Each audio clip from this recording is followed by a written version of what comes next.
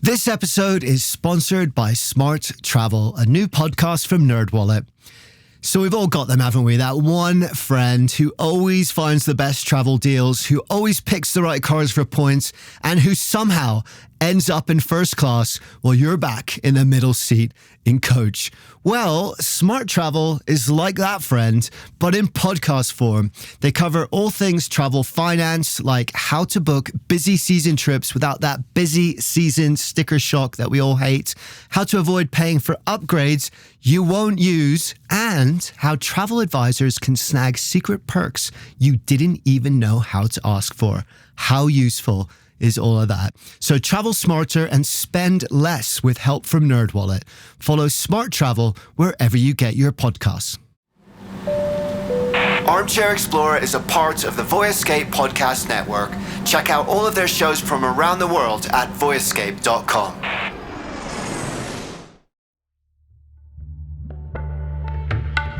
It felt like that didn't even exist. It became just so easy to sort of slip into this state where urbanity was this kind of dream that I had had one time, and now I had woken up and this was the reality.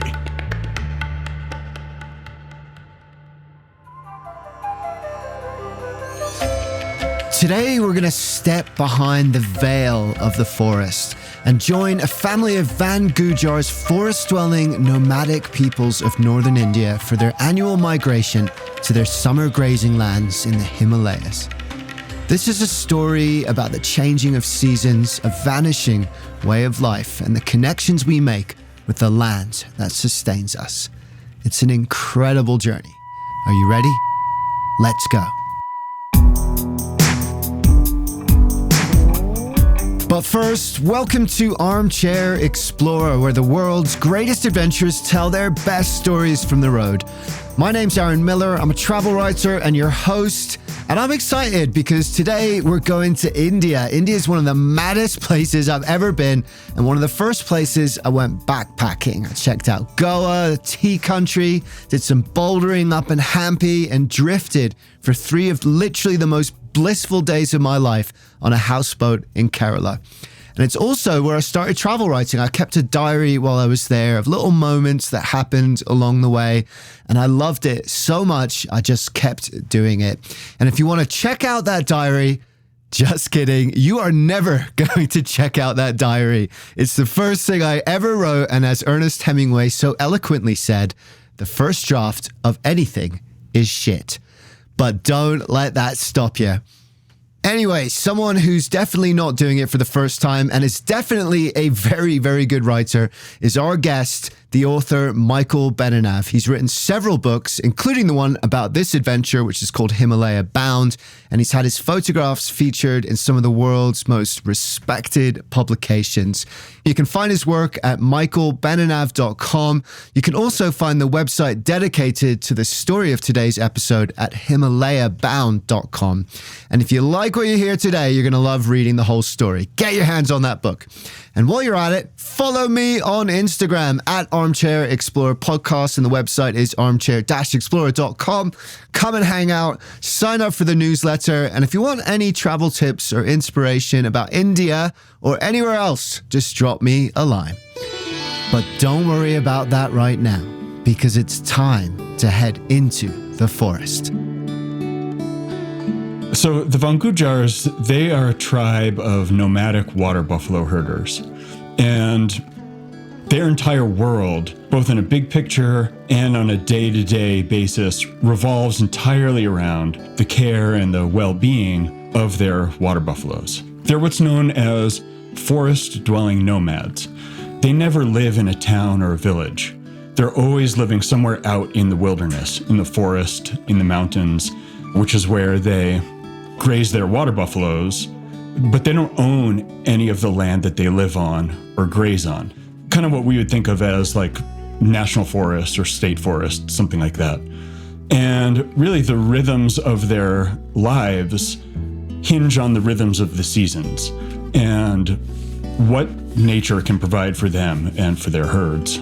The Van Gujjars have lived this way for over 1,000 years, relying solely on the land and their animals to sustain them.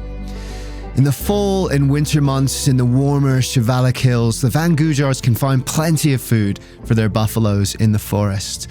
But when the thick, heavy heat of summer arrives and the creeks dry up and the leaves shrivel on the trees, they need to seek more fertile land for their herds. And so that's why every spring, the Van Gujjars pack up everything that they own and load them onto the backs of pack horses and bulls and go with their herds and their entire families up towards these meadows in the Himalayas. Because while the forest down below is essentially like dying in the heat, what's happening up high is the snow is beginning to melt. And it reveals, these great grassy meadows laced with streams where there's plenty for the buffaloes to eat and drink all summer long. Then what happens is, end of September, beginning of October, it starts to get really cold up there and it starts to snow.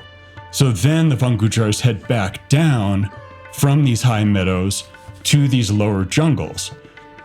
And by the time they get there, the jungles have really sprung back to life, thanks to all the rain that's been dumped on them during the monsoon season. And they've been practicing this form of seasonal migration in this area for probably around 1,500 years. And it is quite literally life or death. If they can't get their buffalo to the high pastures before summer sets in, the buffalo will die. And if the buffalo die, the Van Gujjars cannot survive either. Their lives are inseparable from their animals. The problem is, while they have called these lands home for centuries, and they do have grazing permits there today, they don't actually own any of it. What's happened is some of these areas have been turned into national parks. And as a result of that, the Van Gujjars have either been forcibly evicted from their ancestral lands or have been pressured to leave, not really by their own choice, but because they don't really see any other options. So really, the most immediate threat to their way of life is the creation of national parks and the prohibition of people living within those national parks. The real idea behind all of that is that human beings fundamentally do not belong in the natural world. It's really kind of a Western bias in the way that we look at wilderness. Human beings, from that perspective, are always invasive species in the wilderness and can never really be an integral part of a natural ecosystem. And so, of course, if your idea is you want to protect and preserve this fragile ecosystem and this, beautiful natural place, you want to remove these destructive invasive species. And that would include people who have lived there for hundreds or thousands of years. Now, from the Van Gujjars' perspective, they say they've been in these places for so long that they are an integral and important part of that ecosystem, and that by removing them, you will actually impact the ecosystem more and throw it out of balance more quickly than if you just left them there to continue what they've been doing for generation after generation after generation. And one of the things that really drew me to the Van Gujjars was this issue of them being evicted from their traditional lands because they were becoming national parks. To me, it struck me just as this incredible irony that these national parks that are meant to protect something that's fragile and endangered was at the same time really impacting something else that was fragile and endangered, which was these people's way of life. And so aside from just being intrigued by this irony, it also seemed like an important story that was being underreported and undercovered. And in order to tell it faithfully, Michael knew he had to live it personally. So he decided not just to write about it, but to actually join them on their annual migration. There was just one problem. How do you find a group of people who have no address, no email, no phones, and no contact with the outside world? I knew that the idea of just going and showing up and walking into the forest and expecting that some family would take me on their migration, would just have been crazy.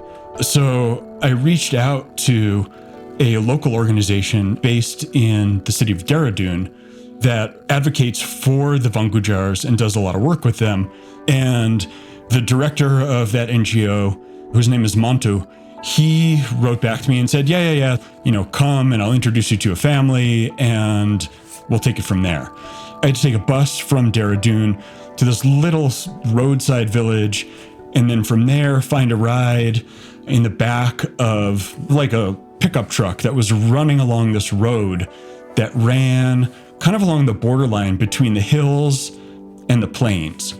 And this road, it was almost like a borderline between two different worlds, where to the left were the plains and these villages and farmers and fields, and to the right were these very rugged forest-covered hills that felt kind of like a no man's land. And it seemed really hard to imagine anybody even living there.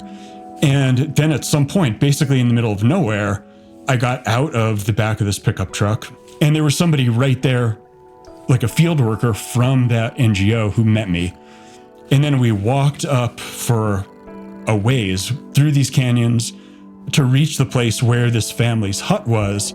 He was greeted by a barking dog, the scents of smoke and food cooking over the fire, the gentle grunts of buffalo. Cowbells clanged, crickets chirped, and monkeys howled in the trees, he writes. The main family that I was traveling with, there was a mother and a father and 6 kids. The father, his name was Duman. He was very sort of tall and lanky and, had a very well-trimmed mustache and a bit of a long beard. And he was also part of this council of elders of the tribe. And those positions, they're not inherited or anything like that. The people who are in the tribe essentially elect the members of that elders council. And so he was known very much as kind of a wise person, somebody with a very balanced temperament. And his wife, the mother of the family, her name was Jamila. And the more I got to know her, the more I came to see her as one of the more incredible people that I had ever met. I mean, she had so much on her plate in terms of the things that she was supposed to manage in the family and with the animals, beneath the sort of overarching stressful situation of the migration and the problems with the government.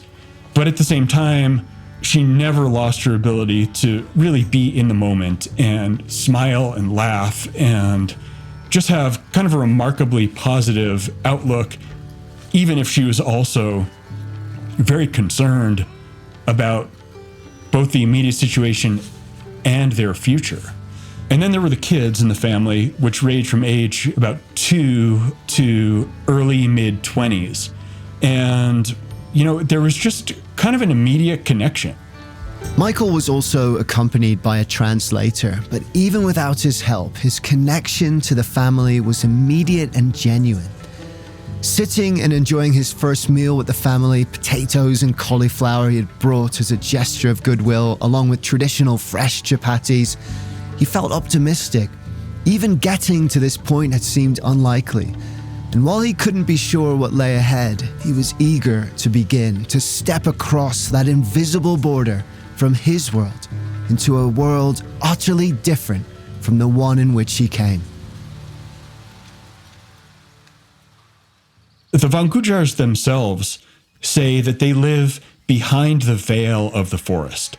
Like they're occupying this sort of secret world that's inside the larger world. Because when they're in the forest, they are kind of just in their own reality there. And that's really what it felt like. There's no roads leading to this family's hut. There's no electricity. There's no phone service. The only thing that's out there is the forest, and you're completely surrounded by it.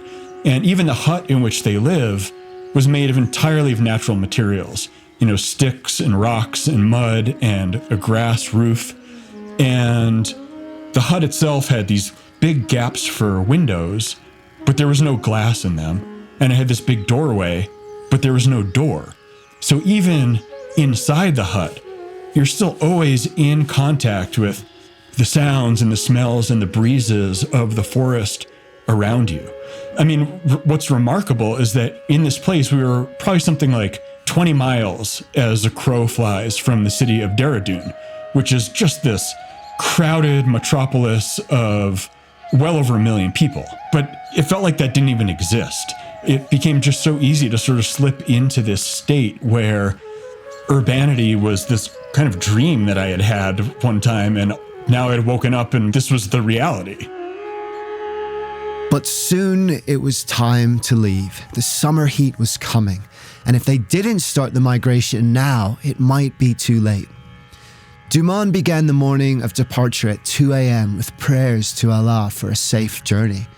Jamila and all 6 children cleaned, gathered, tied, swept, neatened, and loaded the buffaloes. They went through the familiar motions quickly and confidently. And as part of this almost ritual goodbye, people would apologize for things that maybe they had done to other people, or ask for forgiveness for people if maybe they had, some incident had happened a couple months before that had never been resolved.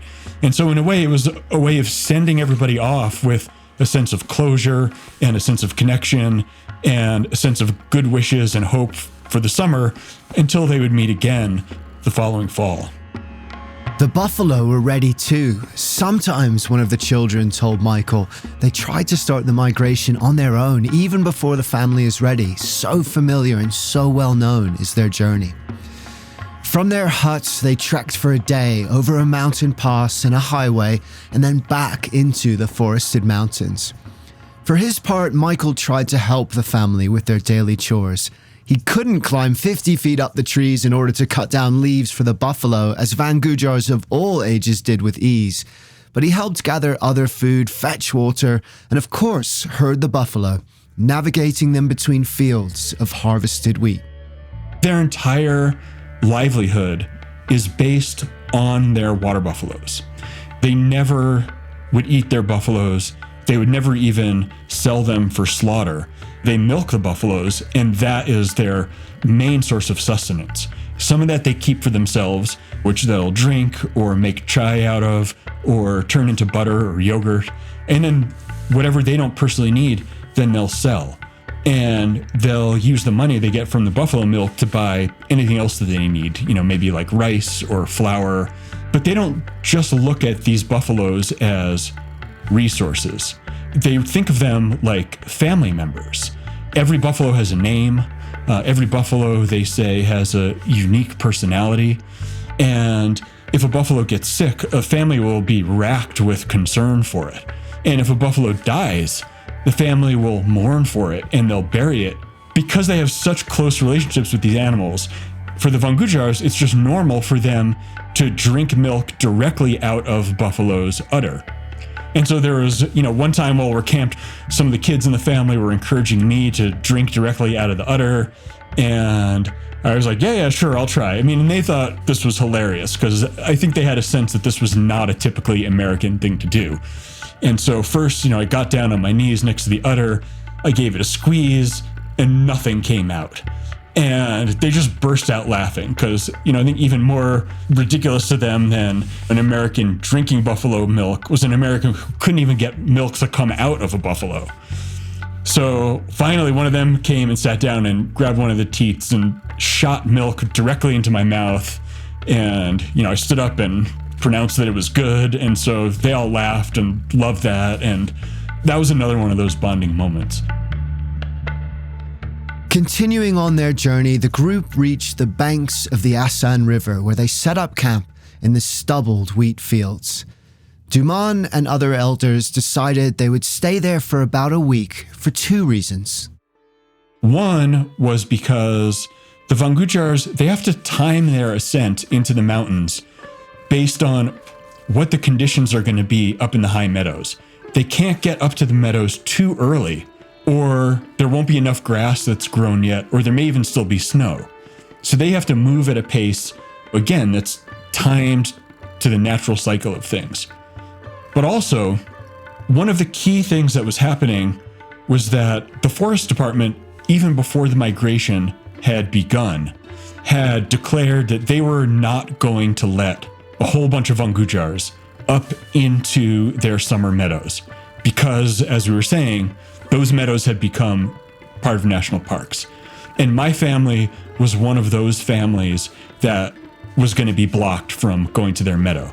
So part of the reason also for staying along the Asan River for a week was because it wasn't too difficult from there, if they needed to hop on a bus, get into the city of Dehradun, where the forest department office was, and talk to the forest officials or sign some paperwork or do whatever they had to do in order to deal with sort of the political aspects of this migration. It was incredibly hot, with temperatures surging to nearly 120 degrees in the afternoons. At midday, the heat battered us with crushing force, Michael writes. The buffaloes were brought to the river to keep cool, while the families sheltered under their tarpaulin covers and dozed off in a stupor.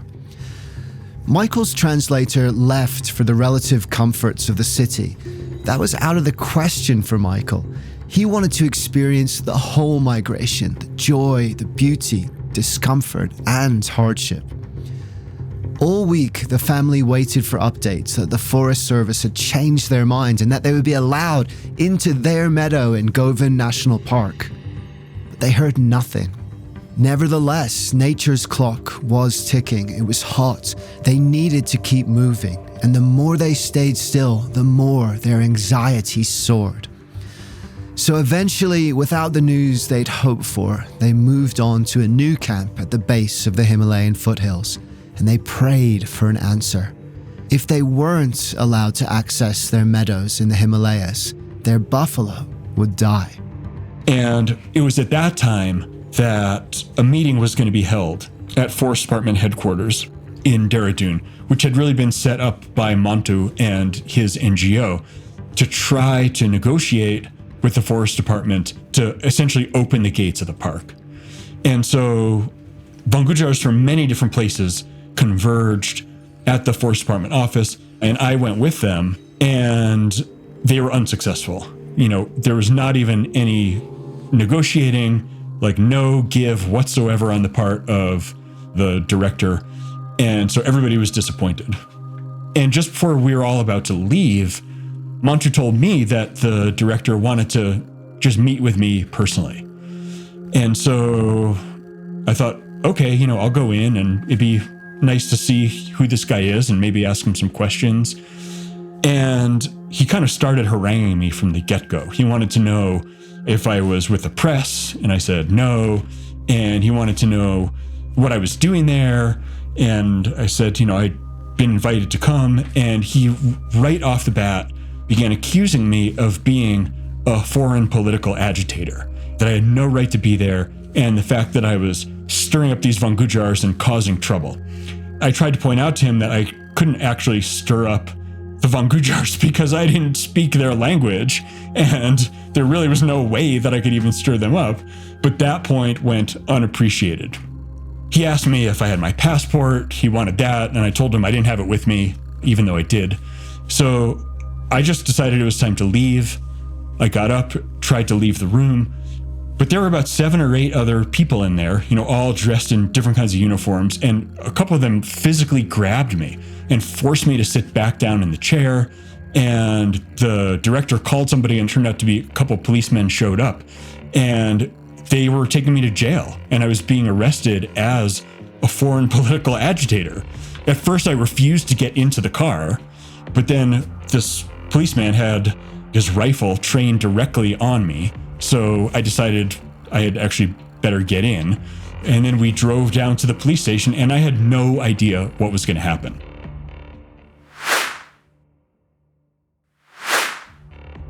But when I got to the police station, the police captain came out, and he talked to me and explained what was going on. And I could see from his reaction that he knew this was totally absurd. So pretty quickly, he let me go. And even though it had been a nerve-wracking experience, it actually proved to be quite fortuitous, because word among the Gujjars about this incident spread rapidly. And they kind of took it to mean that I was willing to go to jail for them. So I became this sort of instant ally. And also they felt like all of a sudden, like now I could actually understand who they were up against. Before that I had met the director, I gave him the benefit of the doubt. And I thought, well, maybe he's just following some rules, and maybe he really does have genuine concern for the environment and genuinely thinks this is the best way to protect it. But after meeting him and talking with him and having that experience, I realized that he was just some power-hungry administrator who took pleasure in exercising his power over people who were weaker than him. And so having that understanding, the Von Gujjars knew all of a sudden that I had a much deeper look into their situation and felt that I was truly allied with them. And so really from that point on, whenever I met any other Von Gujjars who I hadn't met before, they already knew about me. And they already had the sense that I was somebody who could be trusted and was their friend. Meanwhile, the group was grappling with a critical decision. They were still traveling towards Govind, their ancestral plains. But if the Forest Service wouldn't change their mind and let them in, they would need another option or the herd would die. And then one presented itself, but it wasn't ideal. Another Van Gujjar family who had already been forcibly evicted from their land and forced to give up their own buffalo offered to sell them the grazing permits to their meadow. They wouldn't need them anymore. Their traditional way of life had already come to an end. The problem was that this second option, this other field, was further away, higher in altitude and far less hospitable. They faced an impossible decision. If they waited for permission to go to their meadow and it wasn't granted, the animals would die. But because this new meadow was much further away, if they didn't leave immediately and abandon the fight for their grazing rights, they might not make it, and their animals would also die. Day by day, the tension in the family grew and really became palpable as they were confronting this point of decision and all of these unknowns that they were trying to sort through. So eventually, they got to this fork in the road, and the Forest Department still seemed absolutely unwilling to let the Von Gujjars into the park. And they decided that they just could not risk going to their ancestral meadow and being locked out or having their buffaloes taken or being stuck in a place where there wasn't enough food for the buffaloes. So they opted to go to this alternate meadow, even though it was not a place that they wanted to go. And it actually doubled the actual length of the migration. The group had already been traveling for weeks, and this decision to advance to the more distant plain meant they had an even longer and far more arduous journey ahead. There were days of freezing rain and even some snow, and the trails that we were on became just a mess of mud. And we ended up having to go through this area that had a forest fire at one point, so huge tree trunks had fallen over the trail. So there were times where we had to stop for a couple days to let the guys just clear away on the trail so we could be moving higher and higher and higher. And this became sort of both one of the funnier and more frustrating parts of the trip, just in the sense of expectations that were constantly set and dashed. So there was one point where, I asked, well, how many more days will it be until we get to Dodital? And Duman said, it'll be 2 more days. Then 2 days later, we hadn't actually moved anywhere. And, I asked again, well, now how long do you think it'll be? Oh, 2 more days. And these 2 days turned into a week, turned into, probably 10 days or something like that before we actually got to where we were going. The cheap plastic shoes the Van Gujjars wore had been ground down to nothing and then resold again from melted scraps. Muscles were strained and sore, skin was sunburnt. Michael's translator left the group, unable or unwilling to continue. But he and the rest of his Van Gujjar family kept on. As we're getting further and higher into the mountains, we've left the last little village far below us. And that meant that in order to resupply with food or any other necessities would have been a major trip to go all the way back down to the village, then all the way back up the trail. And so the family was put on very strict rations. Each meal, we would have 2 chapatis apiece, and with some butter and maybe some spices on that. And that was it. We'd supplement that with some buffalo milk. But, as we're working our way higher and higher into these massive mountains, we're eating less and less. And so we just lived constantly with hunger gnawing in our bellies because that's what we had to do logistically to continue to move forward. Everybody was really showing a bit of wear and tear. People had, lots of like little small cuts and injuries. And even the pack animals were really struggling. A couple of the horses and bulls, they had to have their feet wrapped up. And there was one point going up the trail where one of the guys that I was traveling with actually took the saddlebags off of one of the horses and carried it up for about an hour over the steepest and hardest part of the trail, because at that point he was stronger than the horse was. As we're going higher and higher, just, the family is definitely beginning to feel it and is really eager to get to this final meadow, partly because they'd never been there and they're really curious about it, but also just to have the migration over with so they can begin to stop and settle in and have a little bit easier life up in the meadow. But before it would get easier, it would get much, much worse. Michael and the Van Gujjars were camped at 10,000 feet, waiting out the bad weather, when tragedy struck. One of the young girls in the family, named Bashi, who was 11 years old, she typically looked after the buffalo calves, the younger buffaloes, during the daytime. And so she had taken out a bunch of these calves to graze kind of up in this really tight canyon. And I was back at the main camp with a couple of the other women, and it starts to rain like this apocalyptic downpour. Hail and rain and thunder that's shaking the mountains. Felt like the earth was being impacted. And all of a sudden we hear this blood-curdling scream come from up the canyon. And instantly, a couple of the women leapt up and they just tore off. They didn't even bother to put their shoes on, running up the canyon to see what had happened. And my first impression upon just hearing the scream was, somebody's dead. Now, what had happened was that during this immense downpour, Bashi had taken these buffalo calves and sort of hid most of them under this overhanging rock in a cliff. But not all of these young buffaloes could fit under the rock, so some were kind of tucked up right against the cliff. And the rain was so strong that up on top of the cliff, there was a little bit of a ravine that filled with the waters of what became a flash flood. And this flood picked up a dead tree and flung it over the edge of the cliff, and it came crashing down, landing on and hitting about 5 of these young buffaloes.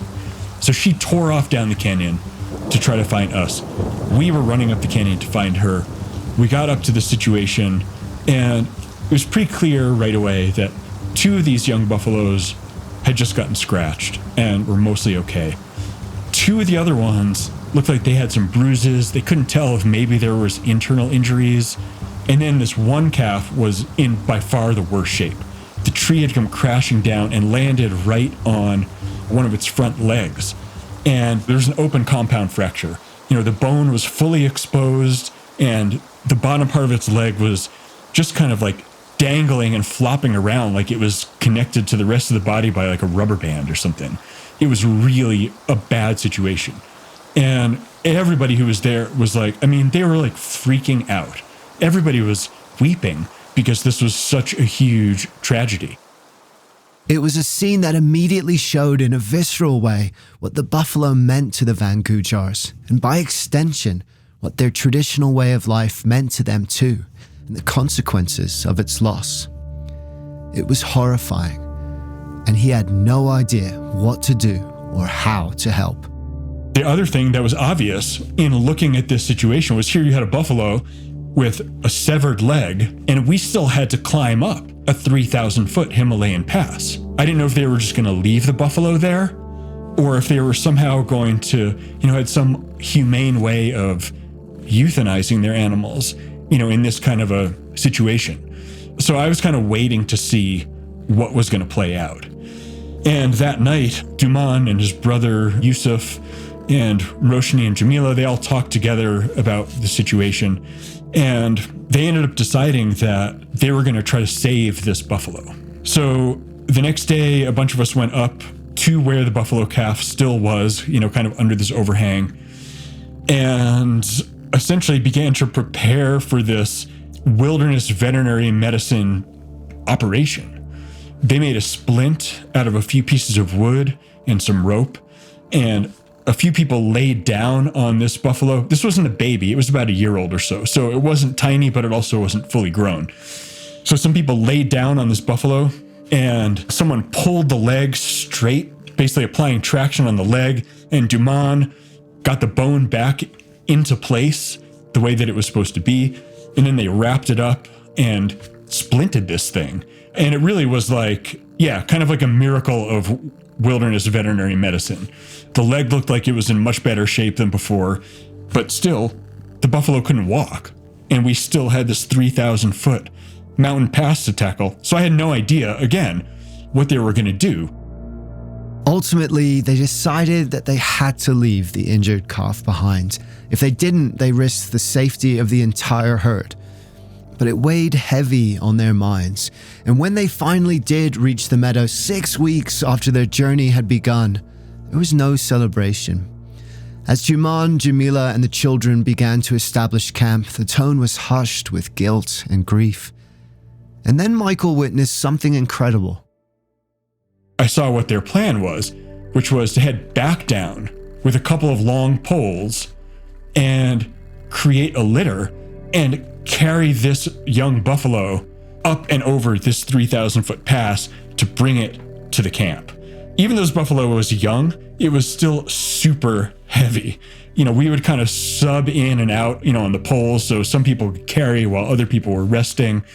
And I could actually only handle the poles on the front end of the buffalo because the back end was so much heavier, and I just was not strong enough, even after all these weeks of exercise, to lift the back end of it.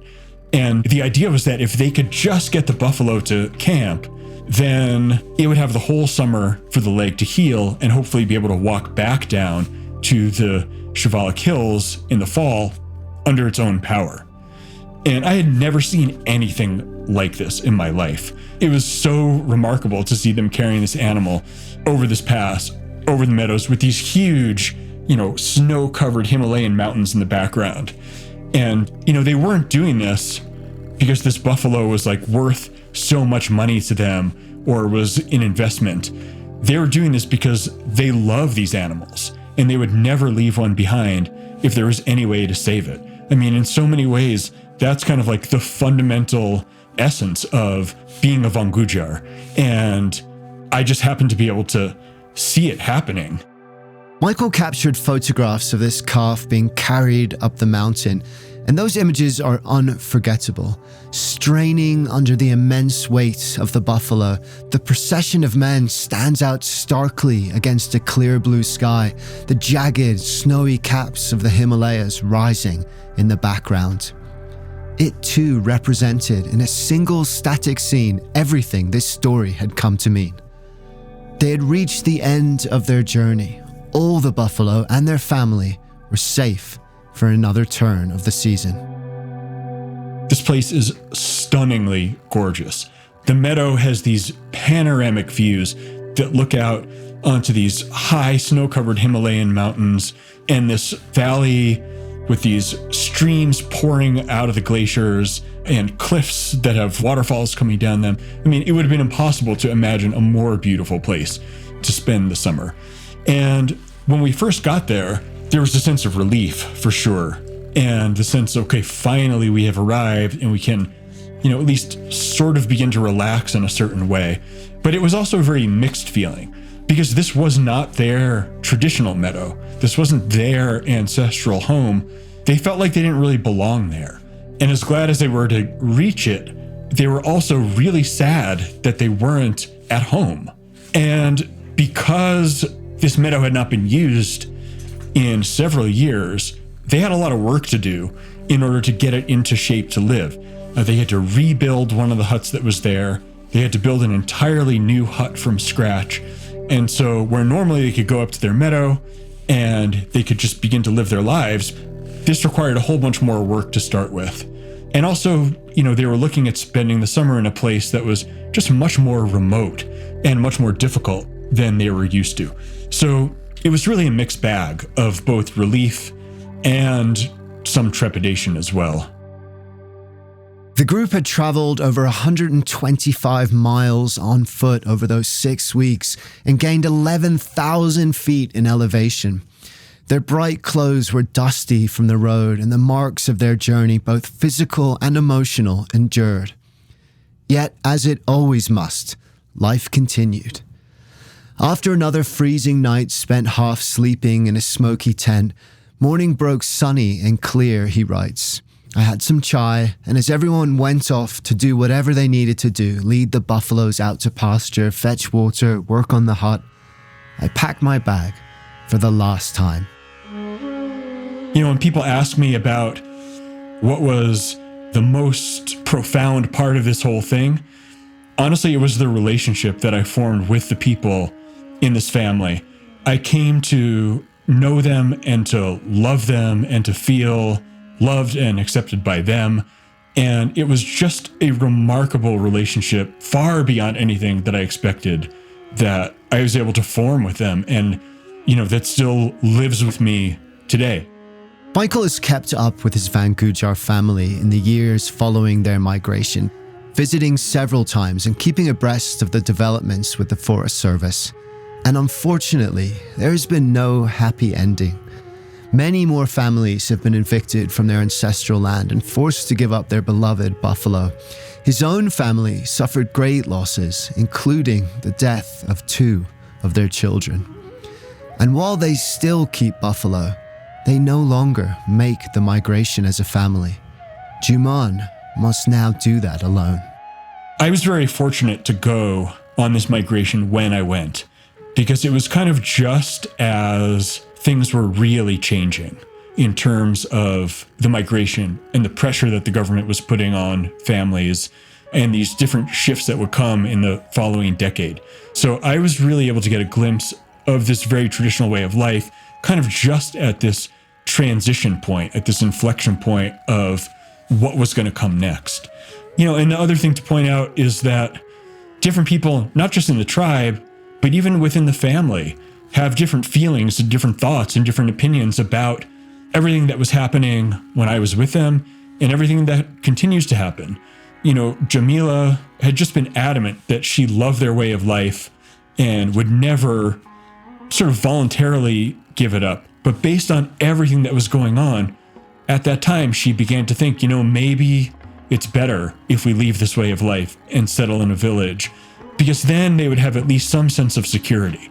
And as the mother of children and as a grandmother, for her, there was something about that security that was really appealing, even though it also meant tremendous loss. Whereas her older daughter was adamant that she would never want to leave the forest. That this way of life was their way of life and they had a right to keep living it, and that the forest is their home and that's where they belong. So there's not one monolithic idea of what people in the tribe even want or where they think things are heading. There's truth to both, the beauty and the hardships of the way that their traditional life is. There certainly is truth to the way that nomadic and other, indigenous and tribal people get pushed around by governments. And there's truth to the way that lives evolve and continue after that. Michael had set out to learn the reality, the truth of this migration. And through the downpours and the baking heat, the dusty roads and the mudslides, the buffalo milk and the sizzling chapatis, he had done it. And that truth he hoped would illuminate a vanishing way of life before it was lost forever. But what he didn't expect and what he came to realize was that the Van Gujjar story was also, in a way, our story too. Well, I think one of the things that this story does is it presents a very personal look at the situation through the way that a very real family is living through it on the ground. Not just in the way that they are suffering at the hands of the government, but in their relationship to the forest and to the animals and the way that they perceive themselves as part of that. And if anything, I think, hopefully it's a wake-up call to people who think of wilderness as a place without people. Because for us in the Western world, that's pretty much how it is, because we've created these wilderness areas that don't have people in them anymore. But for much of the rest of the world, people are living in the wilderness, and they always have. And so I think by creating that awareness, especially if you're looking at decisions that are being made about how to preserve and protect wild lands, the thoughts and opinions and approaches of the people who live on them should be taken into account. And it doesn't necessarily mean that in every single place it's feasible for people to continue living there, not from any fault of their own, but that has to be a part of the way that we look at the bigger situation, because people have always lived in these places in many parts of the world and continue to do so. The Van Gujjars live symbiotically with the buffalo in the forests and mountains of their home. Their migration over the centuries it has endured has embedded into the land. Nature has grown around it and embraced it as plants wrapping around the trunk of a tree. The drumming of hooves, the clattering of bells has become a part of the rhythms of the land, not taking from it, but integrated as it should be. It begs a complicated question. National parks are essential to the continuing conservation of our most precious lands. They are our treasures and among our finest achievements. And the walls they build to keep us out are essential to their purpose and survival. Yet those walls reinforce a fundamental misconception, and that misconception, that lie we tell ourselves, is at the heart of why we need those walls at all. We are not separate from nature. We are not an invasive species at our roots, despite all the harm we do. We are the wild from which we came. The migration of the Van Gujjars reminds us that, and in doing so, they challenge us to expand our notion of conservation to include those who still live, as they do, behind the veil of the forest.